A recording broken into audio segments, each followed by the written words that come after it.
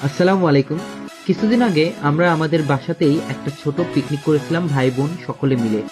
আসলে পিকনিকটা খুবই সুন্দর হয়েছিল। আমরা সকলেই ম্যাচিং করে শাড়ি ও পাঞ্জাবি নিয়েছিলাম। আর যেহেতু পিকনিকটা অনেক স্মৃতিপূর্ণ ছিল, এজন্য পিকনিকের ভিডিওটা আপনাদের সাথে শেয়ার করলাম এবং আমার টাইমলাইনেও রেখে দিলাম।